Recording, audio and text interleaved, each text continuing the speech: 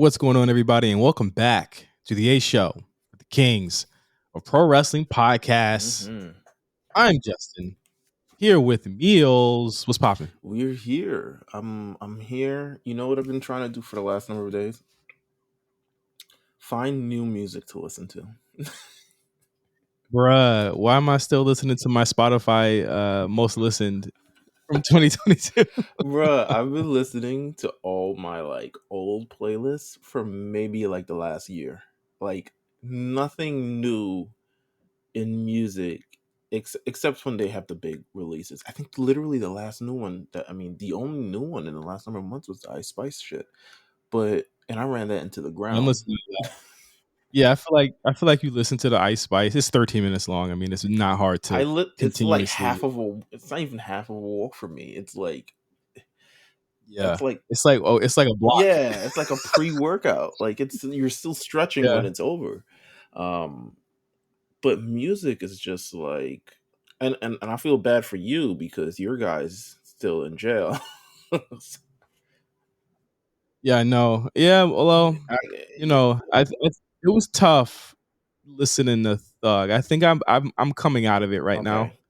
I'm a little bit more like, okay, I can listen to and again, like I wasn't listening to him because I'm like, yo, it's just hard to listen to somebody like that. I was just depressed listening to it. You know what I mean? Like it's just tough, but I'm out of it. But it's still like I'm still listening to I went back and listened to old Future. I'm just like, there's nothing out right now. There's nothing new. Like I'm listening to so the SZA album, I can't listen to a lot of it because one, it's just too long, and I think half of it I actually do like. I respect the body of work, but I think I only like half the fucking songs. Maybe because it's 22 tracks. I probably like at least 8 of them solid. You know what? Never listened. Bruh. You know what? Fair. It came out in December. You know what I'm listening to?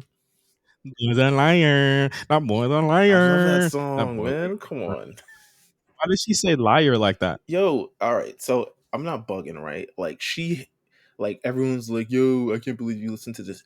There's skill beneath there, right? You can hear little hints of okay, pockets and flows and stuff. It's not the most refined thing, but it's something's there.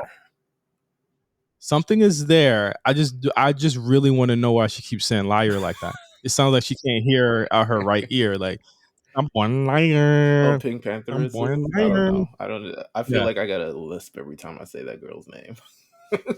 Pink Panther. Liar. Fuck, what I've been listening. There's something there. Like, you mean like Ice Spice, or you mean like Pink Panther? Spice. Pink Panther is there. There's something there. The thing is that, and I think Josh said this really succinctly and on the Black Print a couple weeks ago. He said, "We've never seen how a Ice Spice record is created," and I think that's the best part. Like, she's probably got a WWE Performance Center of writers and people who are helping her with that. Okay. And there's nothing wrong with that. I'm not saying that in a disparaging way. I'm just saying it because it does sound as though she's gonna practice and practice and practice and practice and practice until she gets it correct. Okay. And that's how you're supposed to do it. I think that my big question with her is what's next? You know, what's up next? Because you can't ride that. It's a very regional sound. You know what I mean? And I think, and we did this last week in another chat that me and you were in. We looked at her Spotify numbers, and this a different story on there compared to what you've seen on the internet. I agree, but yeah, I don't know. Maybe it's just because we follow a lot of. I don't know. It's just weird. It's also we're on TikTok a lot too, so it seems like the biggest thing ever on TikTok for sure. But realistically, I guess how big is the TikTok space and how much is she occupying? But I think she's done nothing wrong yet. Even when shit comes her way, like the Drake thing, she kind of shrugs it off, laughs it off. So she hasn't. It seems like she knows how to navigate herself and not take herself too seriously, which is always the key downfall of a lot of artists is taking themselves too seriously to the point where it affects their music and also how they react to people who may not find their music favorable or anything like that. Right. So she's got that down, but other than that, yeah, she doesn't let the. But again, she's managed by a team that are very much like digital marketers in their own right. You know what I mean? Like she's this. It's the same team that did 6ix9ine. Right. You know, so like they. I mean, is she even running her own accounts? Who knows? Can't You know what even I'm get it saying? Like, verified. This is the saddest shit on earth, bro. yeah. Well, the thing, and I said that yesterday. I was like, bro, she can't get verified because there's nobody at Twitter to verify you anymore. Her and Samara Joy, who won the Best New Artist at the Grammys, they're like having a conversation on Twitter. She's like, "Oh, I went to SUNY Purchase. Oh, I went to SUNY Purchase too." And both these people are not verified. At all. And the thing is they probably can't go verified only. So she got to dig through Yeah, millions of fucking mentions to see how the girl respond to her, bro. It's insane. But I think music is mostly kind of always kind of slow at this point. yeah. Um, Just Wanna Rock is I rocking think, a nation. yeah, exactly. Like what'd you feel about the Grammys? I do want to talk to you about that before I give you an update on the hottest combat sport out right now. The Grammys to me is my take on the Grammys is that it's a highly produced television show. And and I say that meaning they clearly know the beats of what they want to hit to get you there, and they make you stay there the entire time. I'm the whole Grammy thing with the awards and such. I love seeing the performances. This was the first year I actually like sat down and cared about the Grammys, only because nothing was on. Normally every year Right. it's the same time as the Royal Rumble, and I'm just choosing the Royal Rumble over the Grammys every year. Like, not even close. But this year it wasn't, so nothing was on. I was like, okay, let me watch it. They really album of the year is just gonna be, it's just, to me, my beef with album of the year with the Harry Styles thing, and it could be a great album, but it's like that Harry Styles album is like the 18 other albums that have won album of the year over the last like 20 fucking years. And I feel like if they're really committed to, Listen to it? go ahead. Did you listen to it? Did you listen to it? No. Oh, see, But I can you tell. don't I even can know. tell. I can tell. I can tell. We I've done this plenty of times before. But Okay. um I feel like they're trying to put on the face of we're inclusive and we're things, but that Big Four tells a different story, and also that Variety article that came out tell a hugely different story. There are always points in my life. The biggest point of me turning off from the Grammys just in general, and no offense to Esperanza Spalding, but when she won Best New Artist, I was like, what the fuck is this? Over Drake and Justin Bieber and Florence and the Machine and all the That, other shit. that ended up being like a boon for those people who lost it. You know what I mean? Like, I don't think this trophy defines No, you it doesn't. at all. But I think I get why people are upset about it, because people care a lot about music and they would like. I, I I gotta argue. I gotta cut you Okay, there. go Right? off. Stans don't care about music. Fans do not care about music. They don't, and that's the only people that was reacting like that. And people and hot take artists don't care about music. Right. You know what I'm saying? Because if you cared about music, you say, "Well, I know, in my opinion, this was the best thing. So in my mind, it's my album of the That's year. true. So the Grammys can fuck Yeah, off. and I think, to be honest with Grammys you, can fuck off. by the end of this week, no one's talking about this anymore. Everyone moves on with their lives, and by the time next year, no one even remembers which one album of the year. To be honest with you, Exactly. because realistically, I said this immediately after. As good as Renaissance was and it didn't win, tickets went on sale on Monday. There's going to be a huge tour that people invested their whole life savings in. She's probably going to drop some music videos, and everyone's going to continue to say that she is one of the greatest artists of this generation. So she's really got nothing to worry about. Um, She broke the record. When she broke the record, I said, a cheap ass record. I hate the dick I eating said, at the Grammys. yeah, that like what? Like, can y'all name every one of them? Bro, Yeah. I hate it because they have Trevor Noah come up to the table where she's sitting at, and it was like, oh my god, we just got news. She just broke and it's like they're like pushing the camera in her face. They did it multiple times throughout the night, but I was like, this is so weird and dick eating. Like, clearly, and to be honest with you, hot take, Beyonce and Jay-Z are part of the problem too. because because they showed they up. fucking showed up. If they didn't show up, there wouldn't be. Did you see the watch party? It was a tweet this morning. There was a watch party, and I said, "Who has a Grammy watch party? What is wrong with y'all?" Beyonce stands. They do. That's why I say you don't care about the music. You care about moment, and that's fine. You care about moment. You know what I'm saying? Like that's why, like, if you knew, and they should know, if you cared about music, you should know that this is really just a marketing play. This is where the Grammy and the Music Awards Association and CBS can get ad And I'm revenue. sure And Beyonce needed a bit of visibility because she has a tour coming up as well. exactly, you need some visibility. People got things coming out. Big night for a bunch of people. That's really what the night is. This ain't a this the, look. Listen, the Grammys is not going to validate you being, is not going to validate black music. Black music being on top is going to validate black music. Absolutely. That's just it. The Grammys can say Harry Styles won, but at the end of the day, what's on top, what's most streamed is black music. Absolutely.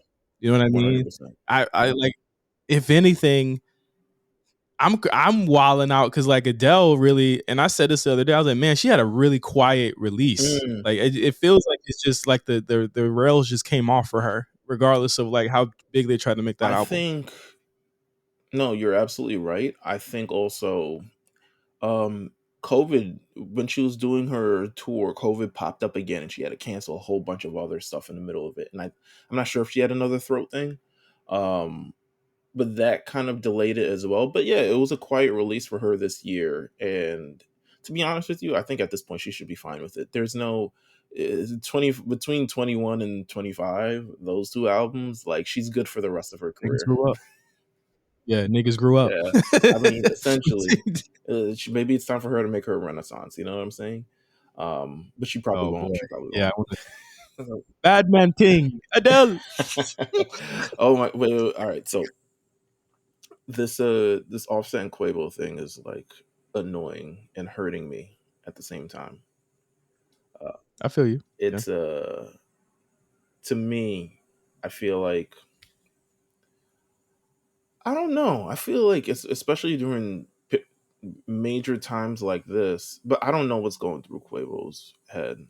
I don't know what's going through Offset's head either, or their heart rather.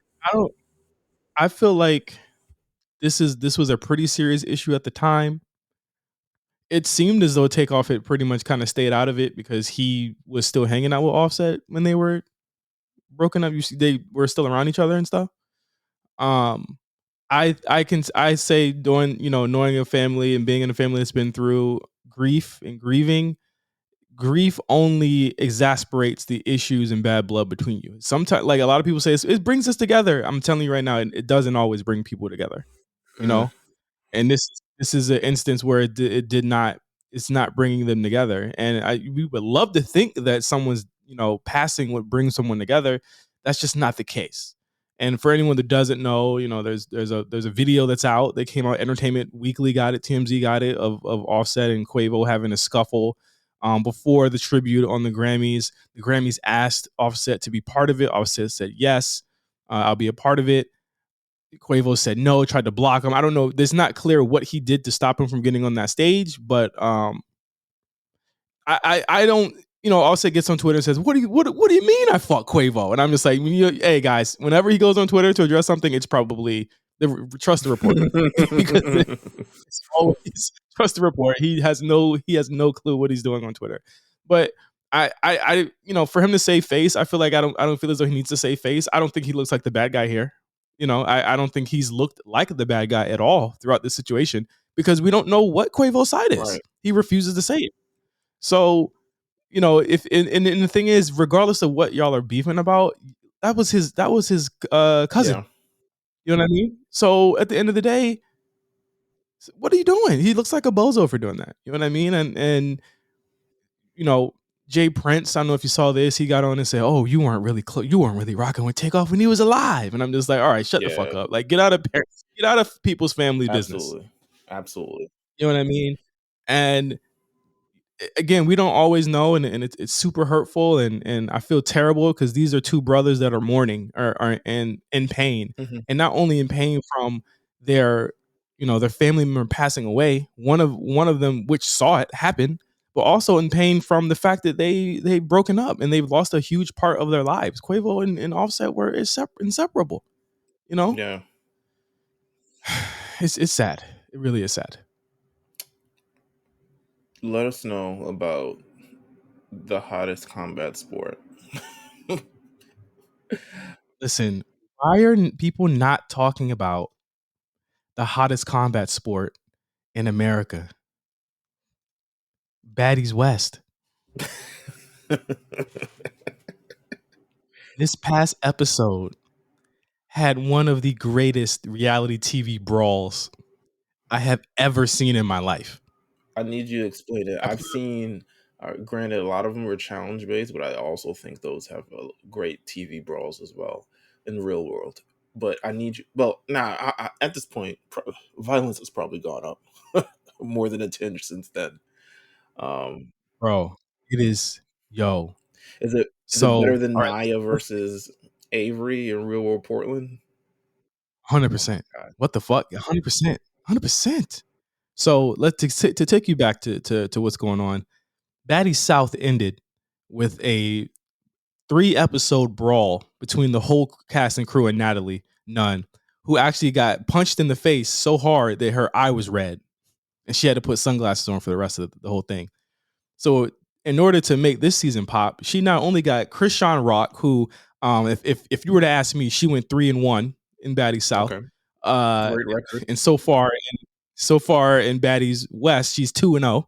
And she brought back Roly, who was from the Chant show on Zeus. She was about 2-0 on Baddies South as well. Did not lose. She's a more of a super heavyweight. You know what I mean? Okay. She in the mold of a Bruiser Brody or a Abdullah the Butcher, I'd say. Okay. I mean, you're doing a lot of analysis on this. So the first episode of Baddies West, there was a fight on the bus between Stunner Girl, who was fan chosen, against Roly, who I told you ain't never lost, and Biggie, who's a Dominican from New Of York. course. So you already know No, no. how obnoxious she Of course, is. yes. Very obnoxious, but she's probably one of my favorite cast members of the new cast members. So they get into a fight on the bus.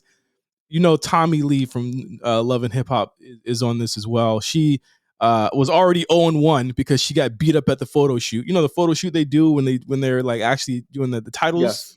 the title screen for the show. She got beat up during that. Okay. Tommy Lee. It's a girl. Yeah. I'm used to Tommy Lee. So I'm from the 90s. not him, but I hear he's got a swing as well.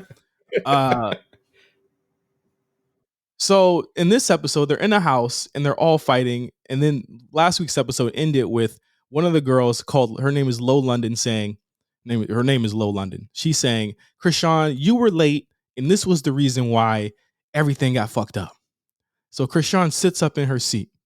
It is the most listen, Meelz, Krishan Rock is one of the most frightening people on the planet. She's like Mike Tyson, okay? To be honest with you. Yeah, yes, she's frightening. So I wouldn't say nothing is her fault. I would be her best friend. I don't give a fuck if you call me a dick eater. I don't give a fuck. I'm not crossing Krishan Rock. She's going to beat my ass. She fights men. She sits up in her seat. All the other girls are not listening to her. They're looking at what Krishan's doing because she's a force of nature on this show. Krishan hops up. Bow, bow, bow, bow, bow, bow, bow. Bang, bang, bang, bang, bang. 1-0. She just got the house. 1-0 already. Listen, man. The girl, Low London, Krishan's not wearing rings, by the way, Meelz. She has 3 lumps on her head. 3 on the left part of her head. 3 lumps. And she's bleeding from the mouth. She runs back around to fight Krishan for the 1-on-1. No sneak. Boom, boom, boom, boom, boom. 2-0. Krishan wins again. Later on in the episode, she dresses in all black. All black, Meelz. In the same house. Runs through a side door to try and sneak Krishan. Gets caught. Is there health insurance on this show? Bro, they're signing a crazy deal with this show because not only does this brawl happening, but Stunner Girl, who has forged a beef with at least 4 women on the show already, gets into a 3. They're taking turns, and Zeus Security is letting them take turns fighting. This is why I say this is one of the greatest brawls in reality TV history. Dana White know about this? seems way better Exactly. than Smackfest. Hey, Smackfest, yeah, it's over for you. Like, so Stunner Girl Rolly goes up 1-0 on Stunner Girl, beats her ass. Mm-hmm. Stunner Girl versus Tommy, I gotta call it a draw. No hits connected. But for Rolly does jump in. There's a run in by Rolly, but I'll just say that it's a draw. So it's 0-1-0 for both. Or actually, Tommy is 0-1-1 because she actually did catch an L, and Stunner Girl has won no fight yet. But um, Rolly actually did get a piece of glass in her ass cheek, and she had to go to the hospital. Well, casualties of war, you know. So one of the wildest brawls I have ever seen on any TV show. This is one of the greatest combat sports I've ever seen. This is insane. I kind of feel bad for these people. Krishan kicks Low London in the face. All right, so hard, it rips her hair out. Shit's crazy. I love it. Every Sunday, tune in with me. I mean, we might as well do a live fucking watch or something along those lines. uh, okay, that seems Would very people want to see frightening. that? No, I don't know. This seems very frightening. I'm gonna send you the episode. Okay. Let's go to Patreon. Okay, let's go to Patreon. All right. Yes, sir. We are back on the A Show. It is time for No Holds Barred. We got a couple of news items. Last week it was completely bare. This week, Which is fine. Listen, I think we had a really great episode last week covering the Royal Rumble. people really enjoy the Royal Rumble episode, and I know people would like us to like break down pay-per-views like that very often. And I think honestly, Meelz, we have an opportunity to do that with Elimination Chamber. I think the penchant for drama is very high with this show. So we might do it again, but just to be clear, like not every pay per view we can do that on. You know, like it's just Yeah, impossible. and also y'all don't want that. We're not like we're conversationalists. We're not like recappers. Like we're not gonna go through every single match and rate it on a scale. Like that's just it. Just is what it is. But I think we got and yeah, a lot of there's not a very deep point to a lot of these things. To be honest with you, Yeah. um, but hey, we here. NXT Vengeance Day 2023 aired on Saturday from the Spectrum Center in North Carolina. Featured some pretty big matches. Damn near sold out. Damn near sold out. Hot crowd. I think they gave him a good show. Here. Obviously, and I mean, I don't want to belabor the point and keep bringing that up. It'll obviously never be what it used to be. You know what I mean? Mm-hmm.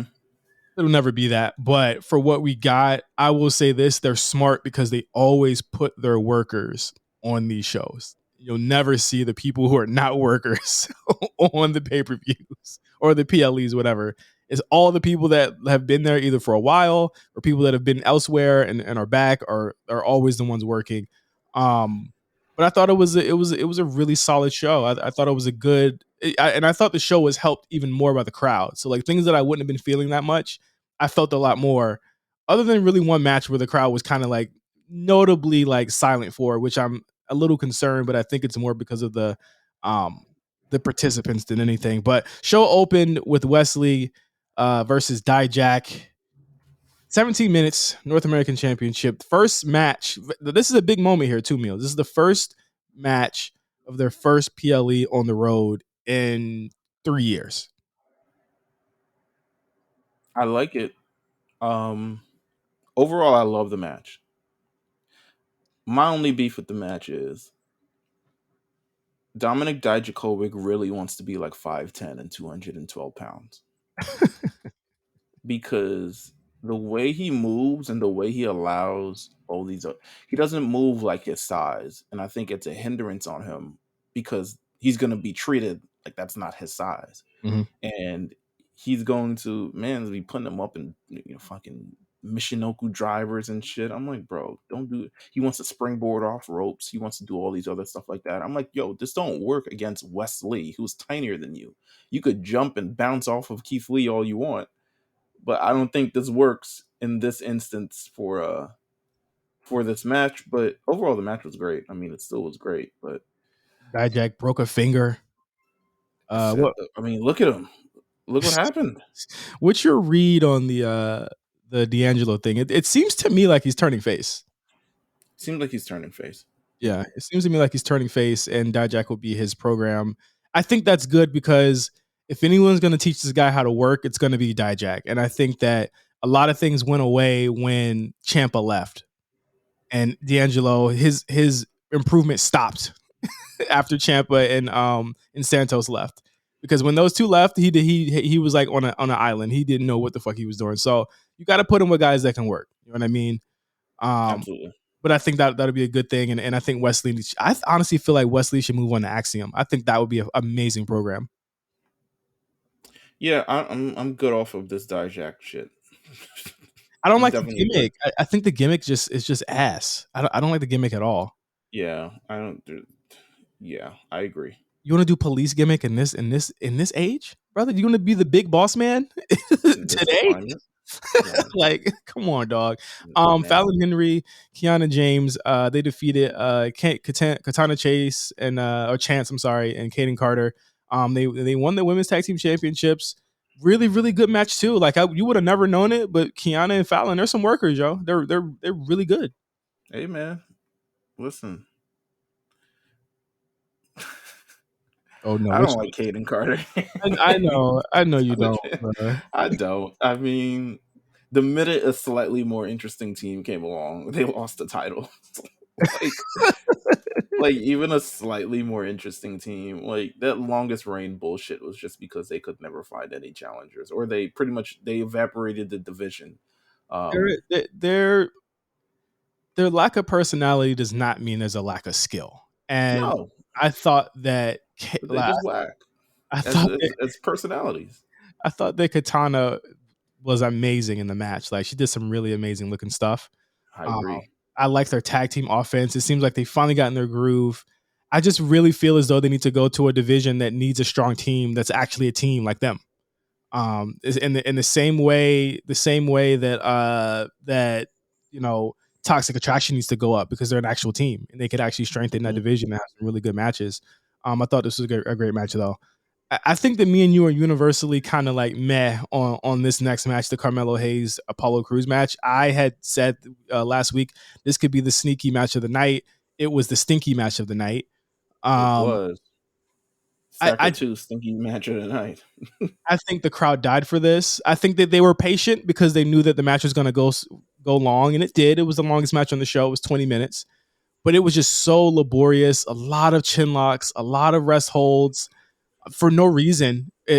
Considering how the match ended, right? Like there's no reason for them to have done that. They didn't really go that hard.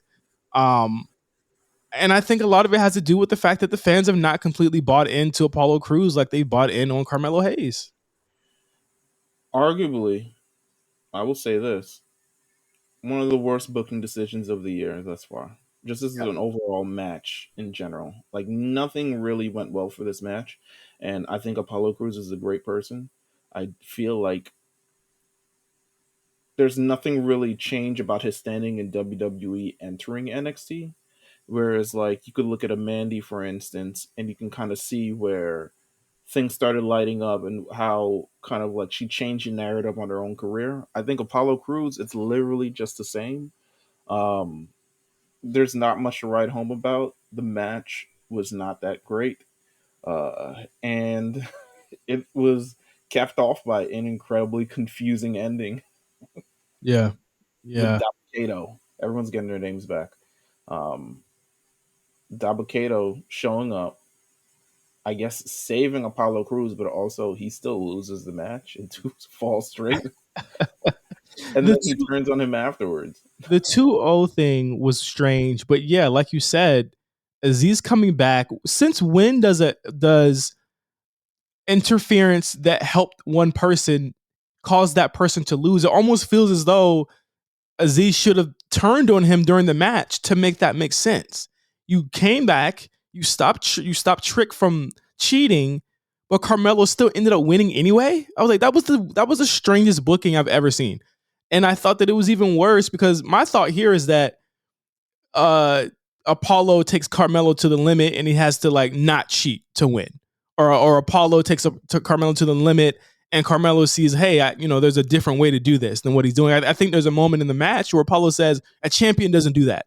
Like, what are you doing? Like, and I thought that was a learn. I thought that he was going to learn. I'm like, what does he learn except that he could just continue cheating? Like, it was just a strange. I didn't like it. I gave it maybe like a low 3. You know what I'm saying? Like, it just seemed really long. It took the crowd out of it. It wasn't fast paced at all. And I'm sorry, like, as much as I like Carmelo, that fucking finisher is not it. He needs a new finisher. I do not believably think that could take out Braun fucking Breaker at this point. I agree. Fatal 4-way tag match between Gallus, New Day, Pretty Deadly, and Chase University probably had like some of the biggest reactions of the night. The crowd was super into this. I really like this match a lot. Of course, New Day lose to Gallus, who I assumed was going to win this anyway. They need a heel team to do this. I feel like the tag titles work well with the heel team on the NXT, and they got a pretty good field to go against for the tag team championships. I want to see them kind of rebuild this division since it's been kind of in flux for the past year. I'm not a fan of Gallus, but hey, I mean, they were the team to win this. Out of all three, I guess they were the team. Yeah. They're workers. I like them a lot. I mean, again, you can't understand what they're saying. No fault to them, but it is what it is. And then surprisingly, the women's championship match, a triple threat, was a lot better than I thought it was going to be. And the crowd actually woke up for this. And the whole time I'm looking at this match, Meelz, I'm like, all right, Gigi and JC, yes, they need to go up. But I'm like, how the fuck long are you going to keep Roxanne down here? Because she's I would say in some pockets, I would think that there's a lot of times where I would think she's probably more over than Braun is on this show. I feel like you can't really move her yet, because then where does the women's division go from there? Like, who do we pivot to afterwards? After we just pivoted out of Mandy, I guess you could go Tiffany, but I don't think you have any strong face challengers after that. So I think she's got to stick around a little bit longer. And then I also think, as good of a worker as she is, this is more building the character of a WWE superstar and the character of a champion more than anything. So she stays on there. She's able to help workers. She's able to elevate workers. She's able to find different styles that she works with. All these different things that you kind of figure out when you're down there. So that's probably why I said, maybe she doesn't move up, immediately. But she has the skills to pay the bills. She can move up. But realistically, I think they want to continue to elevate and mature her as a superstar. But yeah, not bad. Wasn't mad at this match at all. Head and shoulders better than like a lot of the women on here, and the match was great. It seems to me like they're gonna break Toxic Attraction up, and they're probably gonna move up separately. That seems to be what they're probably gonna do here, which is understandable.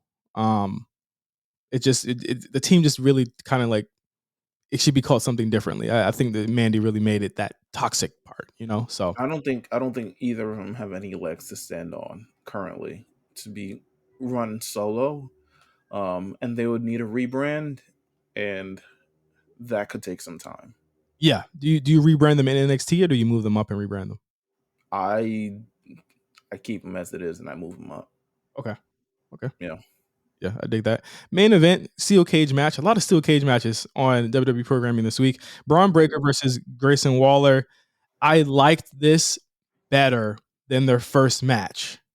However, it was hard for me to watch it knowing or feeling or sensing that Braun was somehow hurt during this match. I'm thinking he's fine. Nothing has been announced yet, but they normally don't announce NXT injuries. They usually do a fucking angle to write people off. But it seemed to me he got hurt, right?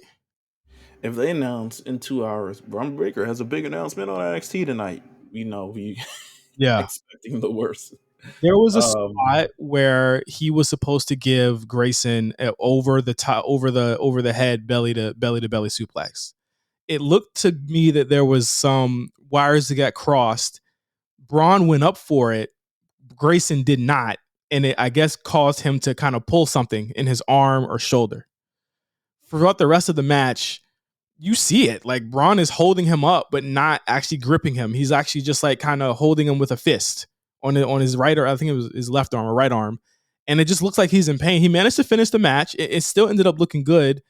And I'm just hoping he's okay, because I know that they're really hoping and banking on him being in that main event slot for Stand and Deliver. That is a big moment for him. But in terms of the match, I thought it was way better than the last one. I thought Grayson played the fucking shit heel so perfectly, and I thought the ending was one of my favorite endings to a Braun match. Just in terms of him saying like, "Yo, this is my shit, this is my block," and then just killing him at the end.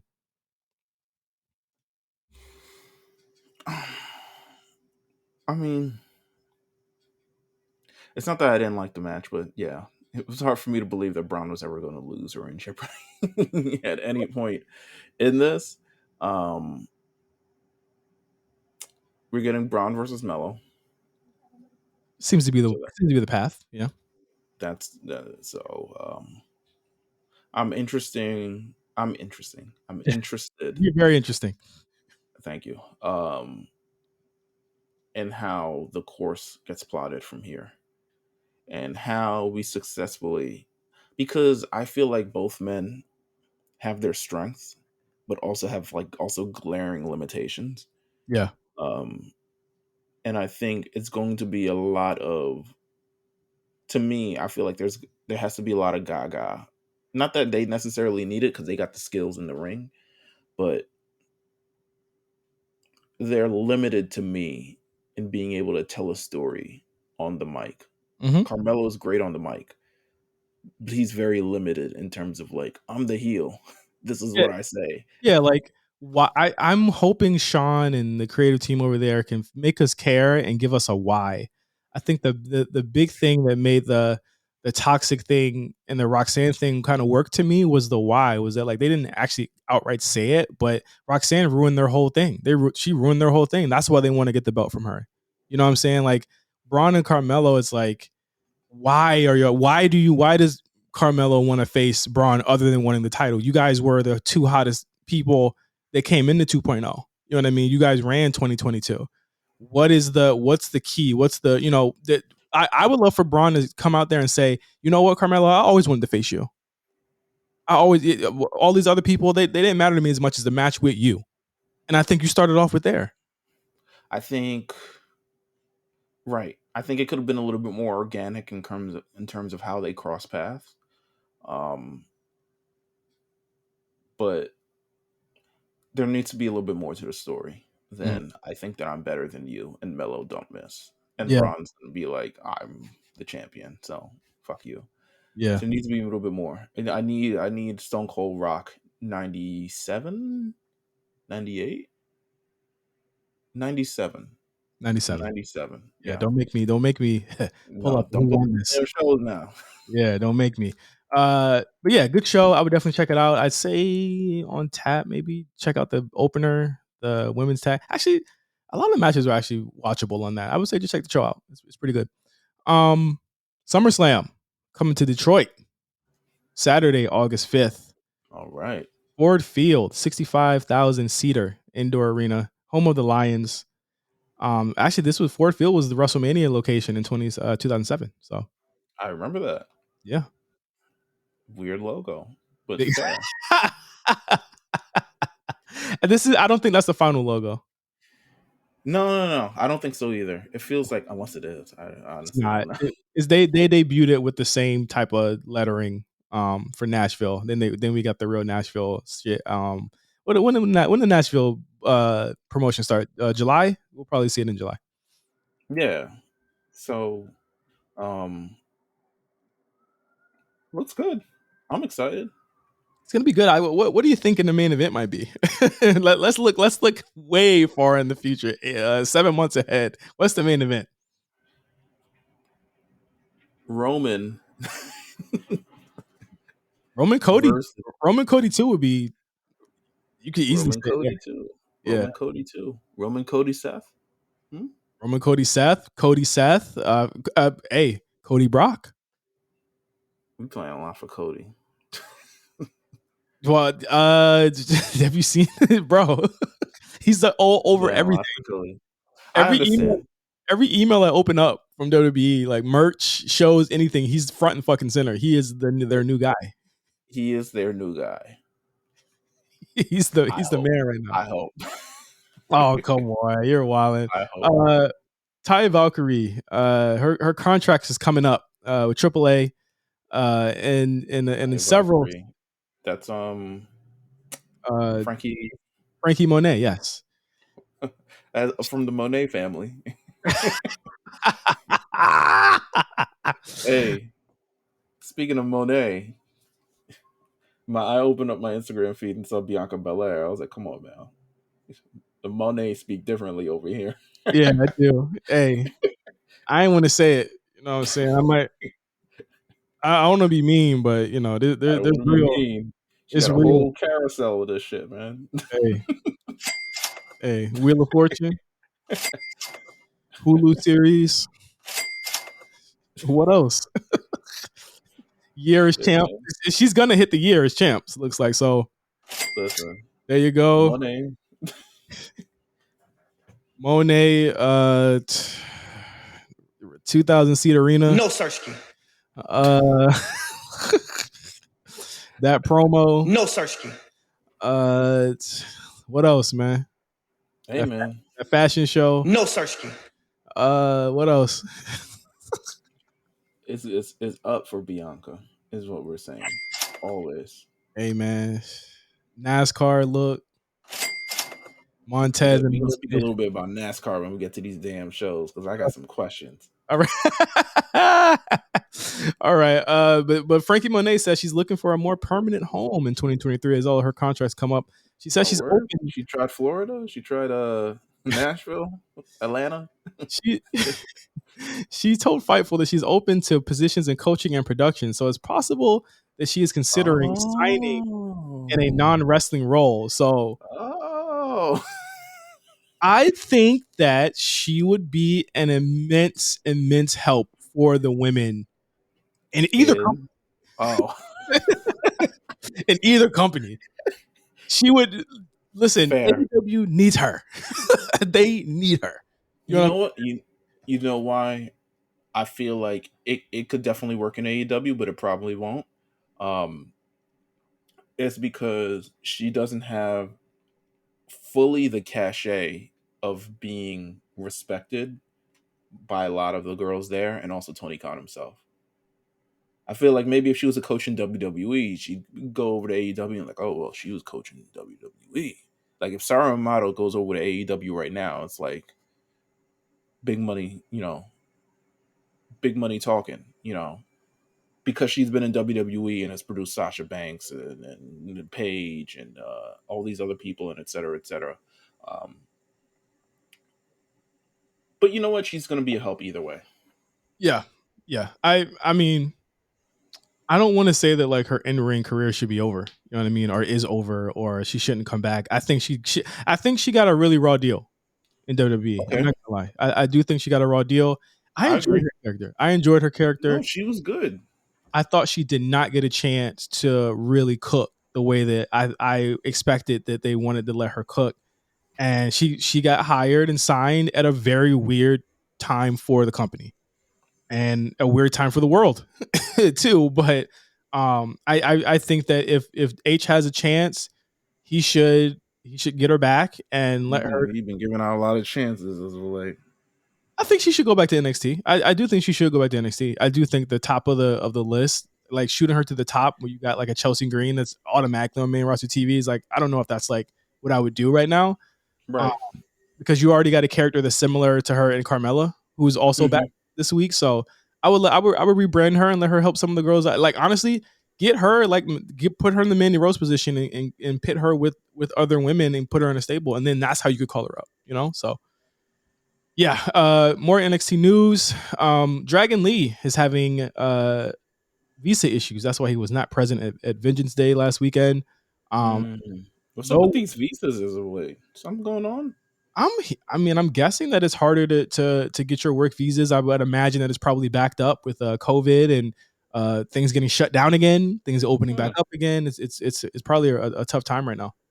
a lot of visa problems. This man Kenny Omega spent the first couple of weeks of his reign not being Yeah, able to. not being able to be here. Interesting. One last thing. Who you think? Do you think Ricky Starks beat Swerve ass? Yeah. Yeah, I think he beat his ass. I think he whooped his ass. Uh, I just look at the fact that his his beard don't connect, and just know that he got his ass whooped. Swerve is such a. I'm good. I'm good. I'm very, very good. Hey, he got his ass whooped. That's all I got to say about it. He got his ass That's what I whipped. have to say. I'm sure there's some news that'll pop up before this day is over. But is that it for No Holds Barred? Other than Dre King Lawler suffered a stroke over the weekend. Prayers out to Jerry the King Lawler. Yeah, yeah, that's it for the most part. Uh, let's see. Yeah, I don't really see anything left. Um, yeah, let's move on to the shows. Let's move on to the show. Smackdown from last week. Thought it was a good show, man. Smack Dizzle. Listen, I had to tip you off about the ending. I was like, yo, the ending of this show, really, really good. And the way they built up to it throughout the rest of the show, I thought was fantastic as well. Because a lot of people were on the edge of their seat about the fallout of the Sami Zayn and what happened with Jay and stuff like that. And Right.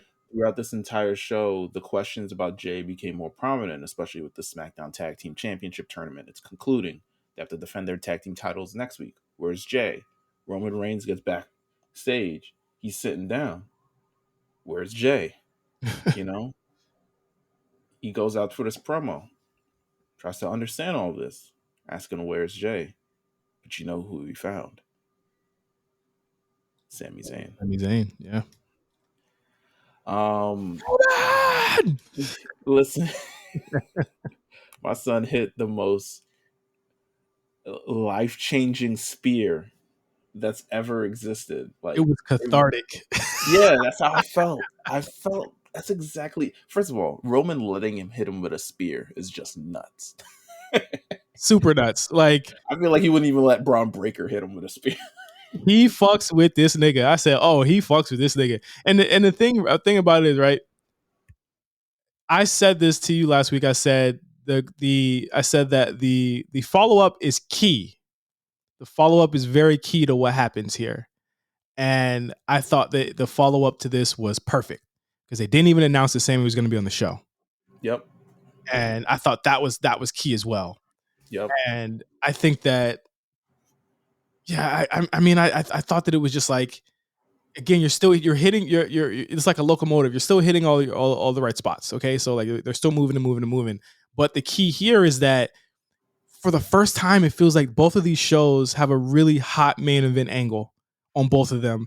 And I want to tune into Raw next week, and I want to tune into SmackDown next week to see how this plays out week to week. Okay, Agreed. so now you have a key where it's like, and should we get into like I want to get into the Cody Roman thing and the Sammy thing when we get to Raw. Yeah, when we get to Raw, for sure. Because we got to talk about Raw. But I thought the ending to SmackDown was like, okay, now we're cooking, and obviously we only had 2 weeks left. The damn show is next week, so you got to get the ball rolling on the main event here. And Montreal Sami Zayn gonna be a different type of motherfucker. That's gonna be like Future in Atlanta. That's the type of love. That sneak attack that came out of nowhere, and people lost their fucking minds, bro. Like, they lost it. He had the steel chair in his hand. He calls out Roman Reigns. Eventually, Jay and what's my man's name? Solo. Yeah, They show Solo. back up. They drop the steaks and the and the sushi. When Roman said we got steaks and sushi, I would have lost it. Jimmy's ears perked up. He's like, wait a minute now. Food. I gotta share. Wait a minute. Food. Hold on, nah. Jay missing out, nigga. Solo don't even eat. Solo facials. Good stuff. Good stuff. You forget he's their brother. I forgot he was their brother. I'm not gonna lie to you. I forgot. He looked like he knew where Jay was. That's what he looked like. He looked like, I'm just not gonna say nothing. This nigga JR Crickets getting some wings.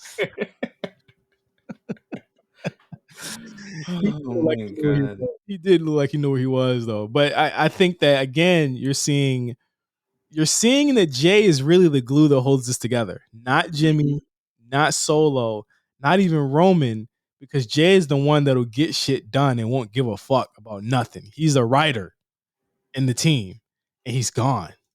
So this leads into the tag title tournament, which had Ricochet and Braun Strowman That facing, happened. I don't know. facing off against Imperium. Hey, I like the team. I think I they're like cool. the team too. I think it's Team cool. Why You Bald. Team Why You Bald. This is the X Pac and Kane of this generation. I don't know because X Pac took Kane's chick and then pimped her out all over DX. So I don't want to say about that. This nigga But X Pac said, "Yo, man, DX is back, but fuck all that. I'm with could you, you? my nigga." Yeah. Wait a minute. You remember the storyline, right? This is Yeah. how 1999 was. X Pac wins a match where the match stipulation was Tori has to stay with him for Christmas during the Christmas break. They get back from Christmas break and Kane sees Tori again. And she's like, no, X Pac was a total gentleman. Like, he was really the best. But I'm with you. And then she turns on him because, duh. Nasty, bro. That's Nasty. nasty. And keep in mind that I think Vince Russo was not writing for them at this point. So this is definitely this is another nigga writing this. And Tori's never in any DX. I think she's fine with it, though. She has to be. She's like, no, I was never really. Did she have a bad fallout, or what do you think the reason is for that? I think they just didn't really fuck with her. She was like the meal of DX. A million gone. Green. That was one of the funniest. That was one of the funniest things that Jay-Z has ever done, bro. Was a million gone. What show did he do that on? Fucking hold on.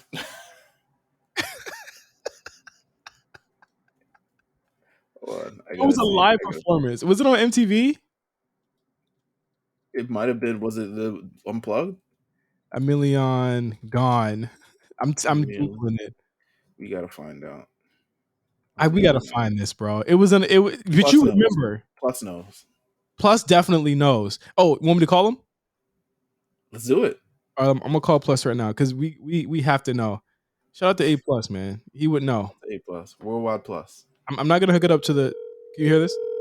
I can hear it. All right. Hopefully he answers.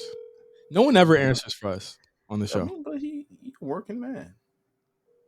He ain't working right now. Oh no, he's not gonna.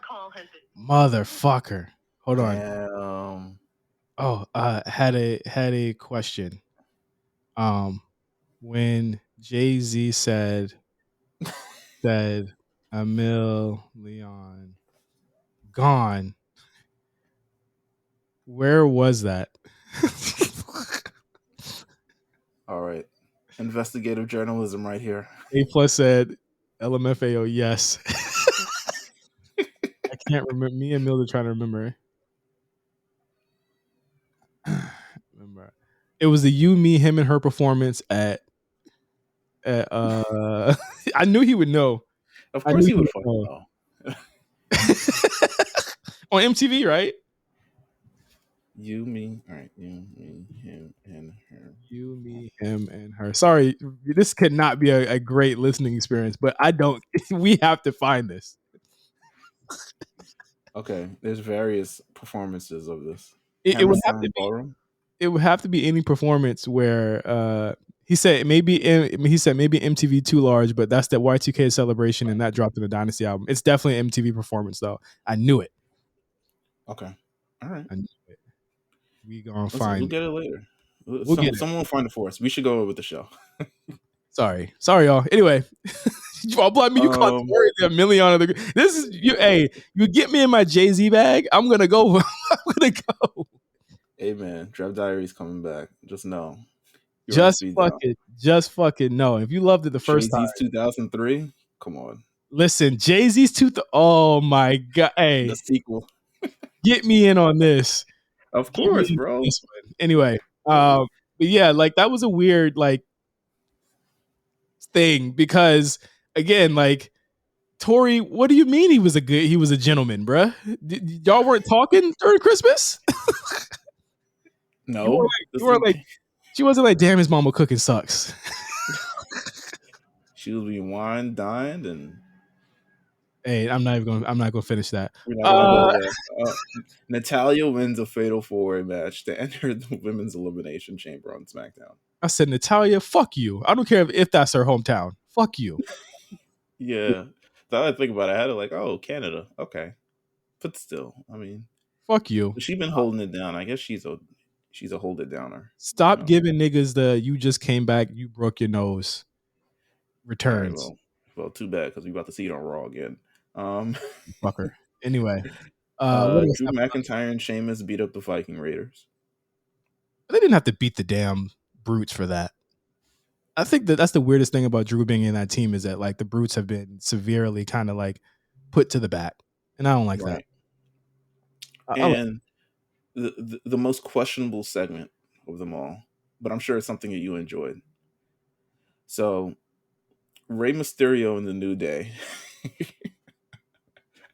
are doing NASCAR press,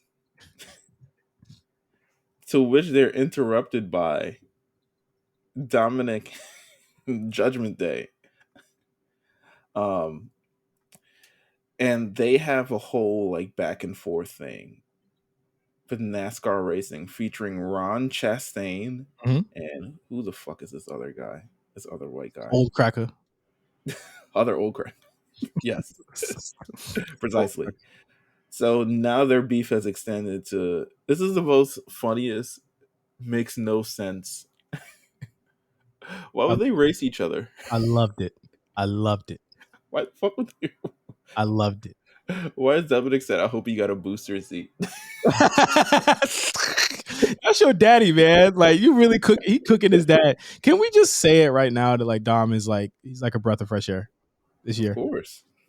Like it's let's just say it right now. He's cooking. He's really cooking.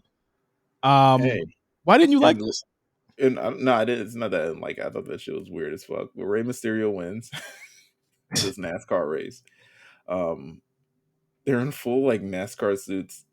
Fucking Edge had it right on the nose. This nigga fan looks like Jamiroquai for sure. And I think from there we can head into Raw. Yeah, did you want to talk about Charlotte? Charlotte, what did Charlotte do? She beat Sonya. Charlotte hulking up in the match. Oh yeah, she beat Sonya Deville. Who didn't see that coming? I think I'm fucking with it. I don't know. I haven't seen anything yet, so I think I'm fucking with it. I think I'm fucking with the babyface turn rather.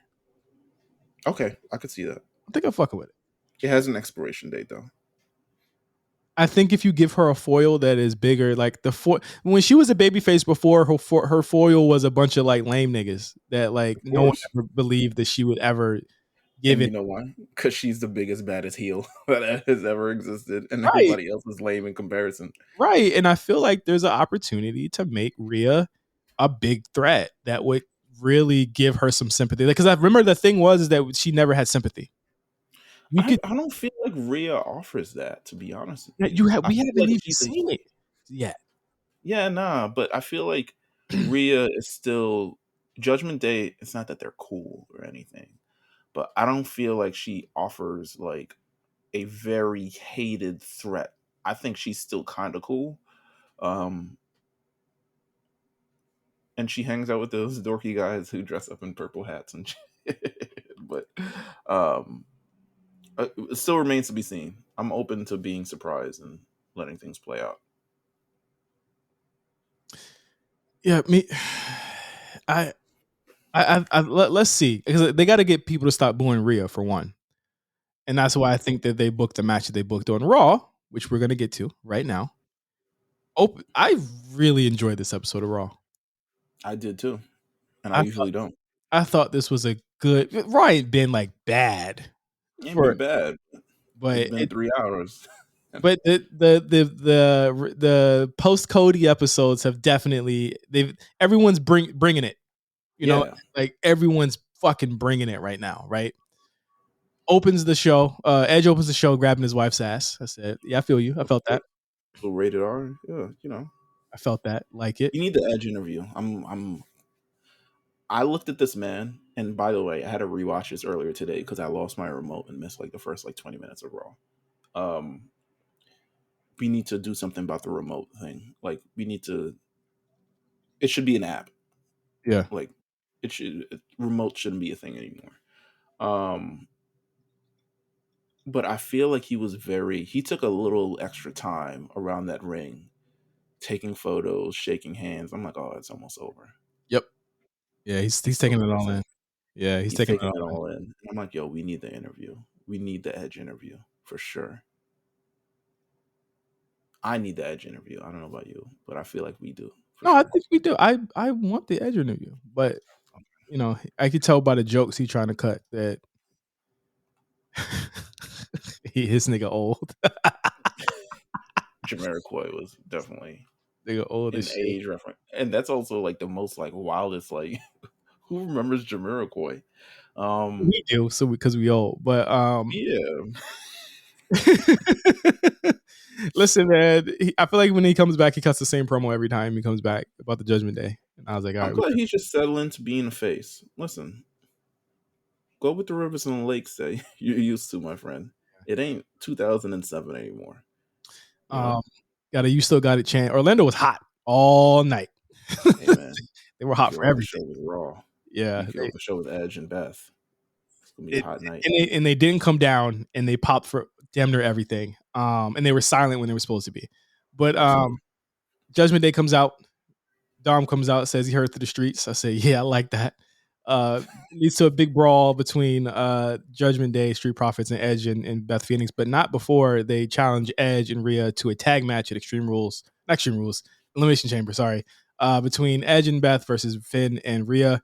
Should be good. Drama They is getting gonna the Canadian money out of these people.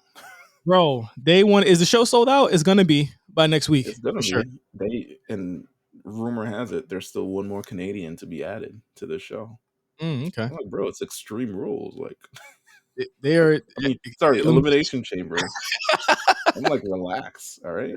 It's Oh, that's why Elimination Chamber. that's why I was saying with the card they have right now and with what's still been announced, this is like a Mania level card. Yeah, I'm like, Like, all what are right, you gonna have for Mania if this is what you're gonna have at this show? Jesus Christ. Um, Angelo Dawkins, Damian Priest, I thought was solid, man. You know what I'm saying? Like, there was no doubt in who was winning this match. mm-hmm. Especially no doubt in the other qualifier that that happened on Raw. But I thought Angelo put it down, bro. 11, 12, like was it 15-minute match? Yeah, He showed that he could work, and I thought they both looked good. I agree. Um, Maximum Male Bottles are on on Raw now. Good. I like Maxine, man. I Listen, do too, man. I think that I think you put him with American Alpha or Alpha Academy and do and have Otis be a influencer, and I think that's where you get your big heel program with those two. I think they're they ain't very got they ain't got that much time for all these people. So put them on the show with more time, and yeah, hopefully you'll be able to use them. right. Um, JBL thinks Baron Corbin is a loser, and I guess he is a face now because we all think This that. man came out with the doo doo face from the beginning, boy. Ah! My man was like, "Look at this nigga." Oh man, From the start. oh man. I thought it was weird Yo, to have Dexter Lumis have here. we? Sorry, have we? Are we in the post Baron Corbin? We're doing something with him era. Yes. Mm-hmm. We've They done all that we can. yeah. Here's my thing though. Why did you not make him a baby face when he was poor? People wanted to see it. People didn't want to cheer poor people. They want us sharing the poors.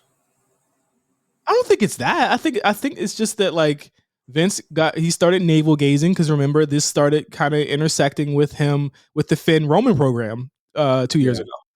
and John And Cena. John Cena and you couldn't have a bigger, they would be wanting Baron to have the match, I think. And I guess that's how they felt about it. But like Then he stole Big E's briefcase.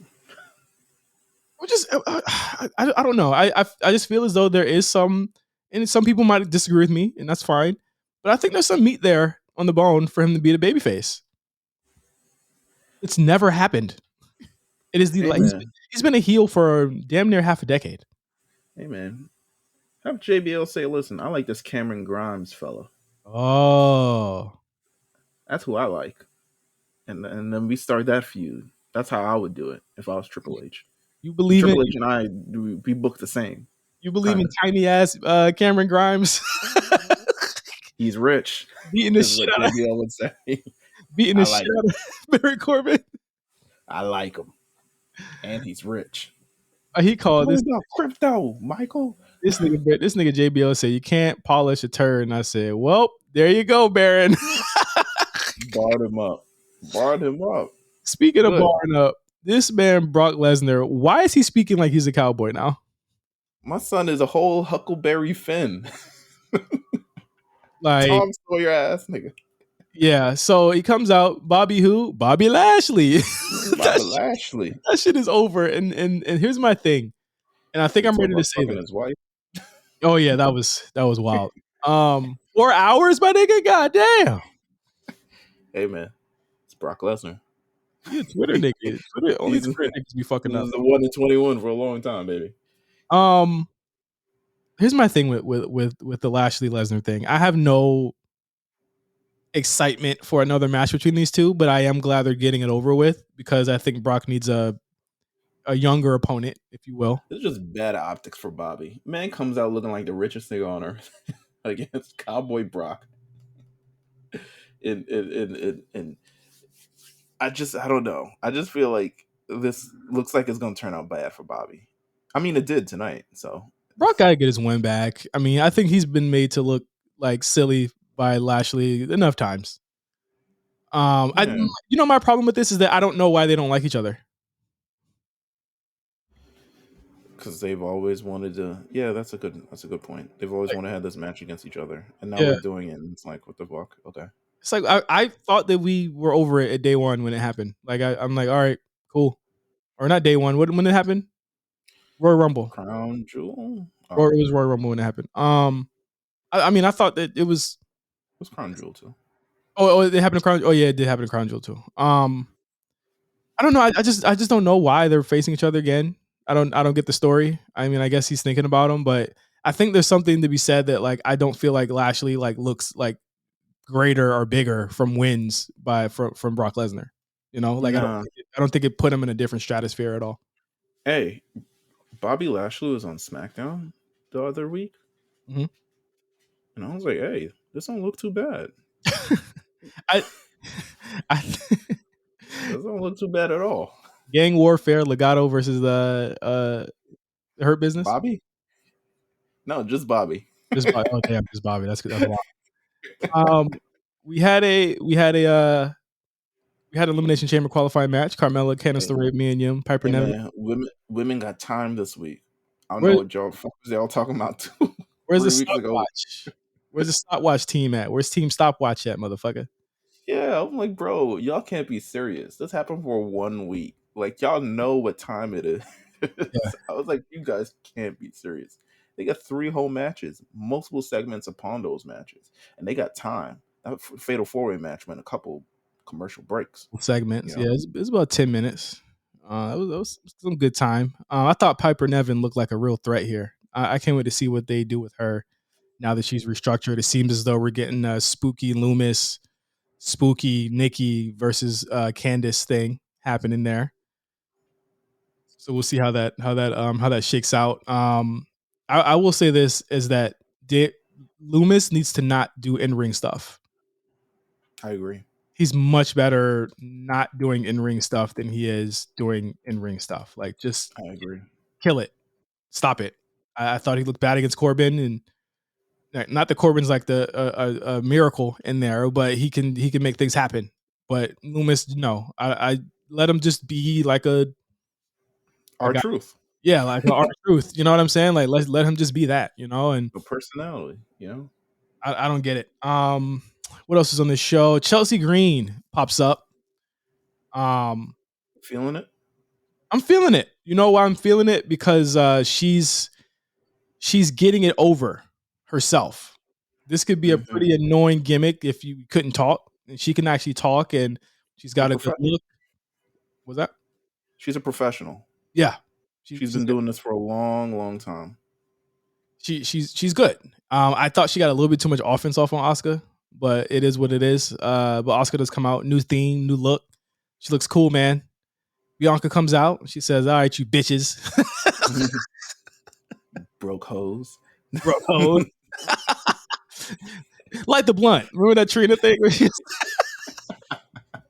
Light the blunt, broke She hose. came out looking like money. I was like, God damn. She said, "Y'all need me. I don't need y'all."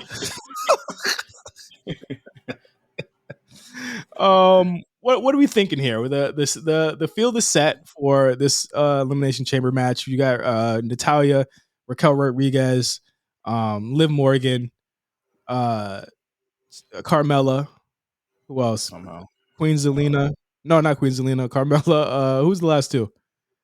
Run the my time. Nikki Cross and motherfucking Nikki Oscar Cross. and Oscar. Yeah. What are we thinking here? I mean, if I had a betting man, I'd say Asuka. She seems to be on a bigger role. But I don't know if I want Asuka as a heel. You She isn't a heel right now. kind of got to do it. You kind of Yeah. have to do it. Yeah. To be honest, Becky probably needs. I don't want Becky versus Asuka again. This draft could not come it fast. it doesn't seem it seems as though Becky's getting the much vaunted Legends match this year. It seems like. Amen. Imagine both Bianca's teammates from 4 months ago turn on her. Yeah, that is crazy. But there's nobody Hating, left. haters. Broke hose. You got people in your circle hating on you, or whatever the fucking Kelly Price meme is. I think it'll be. Listen. I'll come around to it. New look Oscar. It seems as though that's why they did it. It's the only person that like realistically could do it, in my opinion, as in terms of just beating Bianca Belair. And you know what? Even if she doesn't beat Bianca Belair, you still got a bigger story there with Bianca becoming just a diluted champion, if that's where they want to go with it. Absolutely. She's been a champ for a year. She's definitely going to break the year mark. So Oh yeah, for sure. there you have it. Let's get into this Cody Rhodes promo, and I want to get into like a bigger conversation about the Sami Zayn thing, which people are calling a problem. It's not really a problem. The Cody Rhodes thing and the Roman Reigns thing. Coming into this promo, Meelz, so many people were saying that they're not understanding this story. They don't get it. What are they doing here? Sammy's the better option. They feel as though Cody's going to get booed. I'll tell you one thing, Meelz. Orlando didn't boo him. He sold out all of the house shows over the weekend in Florida. He brings up Sami Zayn in the promo. They chant Sammy. You know what he does? He says, "That's right. That's my friend, and may the best man win. I hope to face you if that's the one. If that's what you want to do." But then towards the end of that goddamn promo, they're cheering Cody again. I think wrestling fans, just in general, are, as much as they want to be shocked and surprised, they thrive on predictability. They want to be in the know, and they kind of just go with what they think is going to happen. And if it doesn't really happen that way, they kind of get mad. What is the way that they wanted this to happen? I Because feel like no, they just more so want to be right than actually what it wants to happen. They want to be able to say they predicted this and this is what happens. Everybody from the, I mean, we do it too. We'd be like, okay, what's the next feud after this? Well, I can see him going in this direction and that direction and that. But if they go in a different direction, I personally don't care. But I think you can see as clear as day that they are not booing Cody no, and they at won't all, boom, and they won't and boom, they won't. and people, and it's. Let's just be clear. Next week, it's going to be a great match between Roman and Sammy. He's not winning that match. He's So not. y'all can just stop it right now. He's not winning that match. And the thing is, he's not supposed to win the match because that's not the story that they're telling. The story is not Cody versus Sammy. The story is not Roman versus Sammy. The story is Cody versus Roman. And you know why this works? Because you can't tell this story in any other company. You just can't. His dad was never a main eventer at WrestleMania, never won the title. I mean, let's just say it right now. Like, this story is about breaking a generational curse. The curse Amen. that the curse that his family can't win the big one. That is the story of this. And now you have Heyman who comes out masterfully. Do you feel as though Cody's anecdote in the beginning was planned and Heyman knew, or do you feel as though that was something It's that Heyman all. didn't know? I feel like it's all planned. You can't out dramatize this nigga. This is Cody fucking Rhodes. Yeah. You know, Cody Rhodes is one dramatic guy. Cody Rhodes is he will not necessarily make it about him, but the spotlight is never going to be fully off of him if it's his feud. No, It's just not going to happen. He no. will do something. He is dramatic AF. And the guy, for you guys to think he was going to be some simp or some guy who just kind of like stands on the wayside and just kind of lets his feud be taken away from him, to me is nuts. I loved the story. I love the story of Dusty going to ECW because I just watched that show, ironically, last Mm, week. And I said, damn, how ironic that he's facing Steve Corino, who Corino is now a producer in NXT. Um, and now they bring this up. And that was like, and again, it's the connections. You can't do this story. And I would shudder to say that, like, I think that's a large part of why Cody wanted to come back and make sure that this happened, because he can't tell this story in AEW. You just can't. He could win that title. He could have won that world title there, Meelz. What would it have meant? It would have meant he just won a title somewhere where he kind of created it, and that's fine. I'm sure he would have made it into something. But he would have made it, wouldn't have been like this. You know what I'm saying? No. It just couldn't be this. And I think that having Heyman come out to play mind games, but having Cody play mind games right back at Heyman was just like a great verbal joust. It was a great Yeah. verbal joust that Cody's game for this, because he knows how to cut these promos. And you know what's different about it is that they don't allow him to go crazy. You know what I'm saying? They don't allow him to go and fuck the whole thing up with the AEW-ness like he used to. Right. Because he would be losing niggas in AEW. Like, he'd be like, what the fuck is he talking about? Like, what is this about? You talking about McGillicuddy and Gunther and all this other shit? Like, what are you saying right now? But he's able to kind of craft this whole thing, and then it's a very emotional promo, and then you get to the kill shot. They got his tear, took his tear out. You got to the kill shot of Paul respects Dusty so much, knew Dusty for a long time. There's even a story of Paul when he used to sneak into the booking committees. That's how he met Dusty. It was when he used to sneak into those booking committees. And he says, Dusty said that Cody was his favorite son, but Roman was the son that he always wished he had. And then the crowd, what was your reaction to that line? Damn Goldust.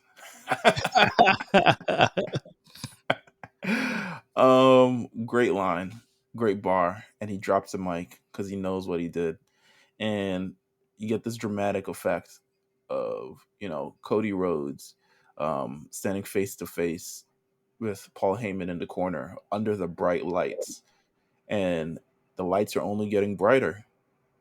Yeah. You know, can he live up to the moment? Can he fall within this moment? Can he overcome that generational curse, so Yeah. to say?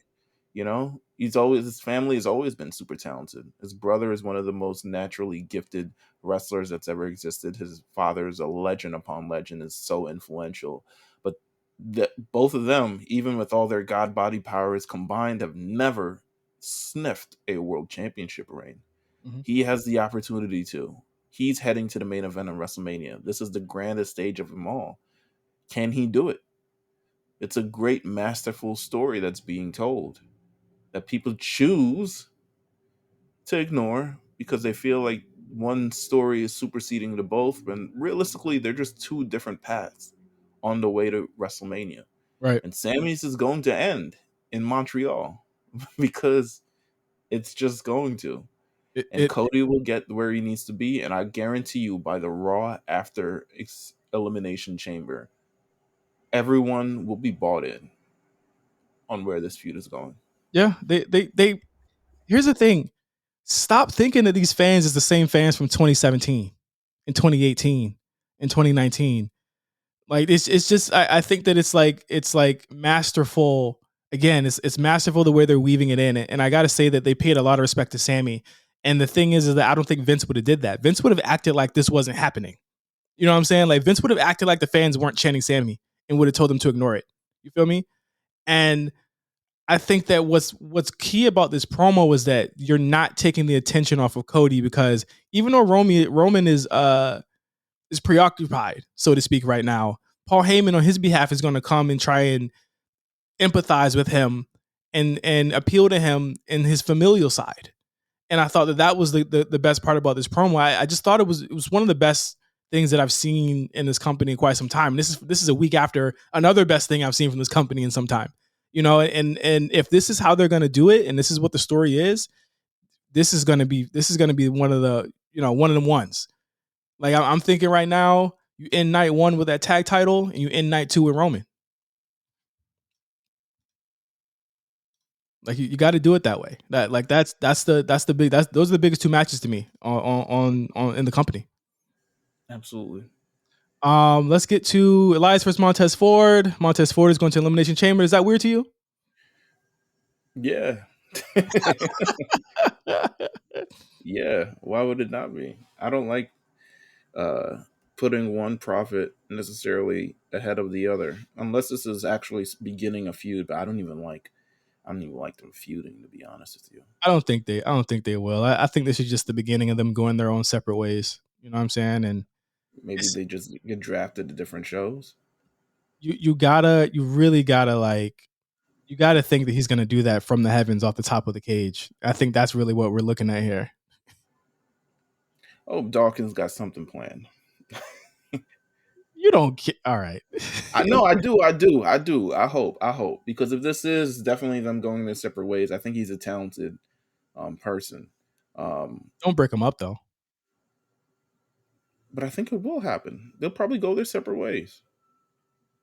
Not like I mean like violently. I don't want them to go like. Oh, not violently. Yeah. I don't want that to happen. I don't want Um, that. Main event here: Becky Lynch versus Bayley. The cage match that we should have got, 2 weeks Amen. ago. Amen. 20 minutes they went about. Good stuff. Ending the show here. Main event here. Some good stuff. Some really really cool stuff with the cage. Top rope elbow from Bayley that looked really good.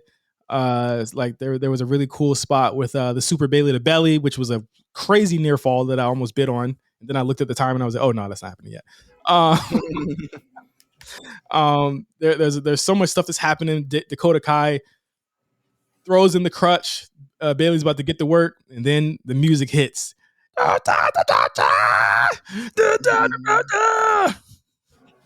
Nice. Lita comes out. Lita randomly comes out, takes out Io Sky with a twist of fate, slams the door on Bayley's head, and that sets up Becky to hit the manhandle slam for the win. That was good. That was good. There was this here's the thing. 2 top stars on the last match of the card, a big surprise. There's a Lita connection there.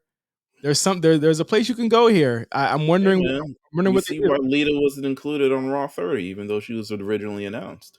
Okay. I didn't even see that. I didn't see that coming. Okay. I'm thinking you're doing it. Maybe you do it. Maybe you do Becky Lita versus Bayley Io at EC. Maybe. I've heard about another Canadian, but I don't know. Is Dakota like real life? Like shoot injured? Yes. Damn. Mm-hmm. Damn. I don't know. I still feel like she'll show up. You gotta watch how they fall out the ring in the Rumble, because I think that's probably how it happened. Oof. I still feel like another Canadian is showing up. Maybe she won't be in the match, but she'll be around.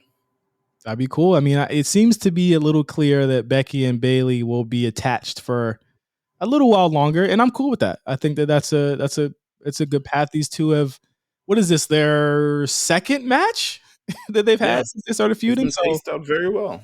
Paced out very, very well. Yeah, so like they've been stretching it out, and it makes a lot of sense here. And again, if it ends up being Becky, Lita, and some form of DC in either Elimination Chamber or Mania, then I think it works here. I just wonder, like, March is going to be a very, very crucial 4 weeks for whatever program that they do, because you got 4 solid weeks in March to do what you got to do there, and you got to put some heat on that feud. So I hope that it happens. But really good episode of Raw and SmackDown this week. You got what do we got this week on SmackDown?